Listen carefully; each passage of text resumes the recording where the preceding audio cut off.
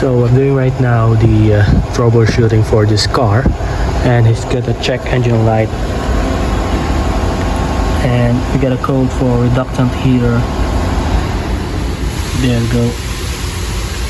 So it says circuit open. So this is the DEF fluid line, and this one is going to the DEF injector. So this is the heater. So this goes to the module. So I put a probe here, and I got an open line here, which is not good. But I test this one, and we got a good. We have a good continuity. Let me show you. So yeah, we got a good continuity here for this one. So there.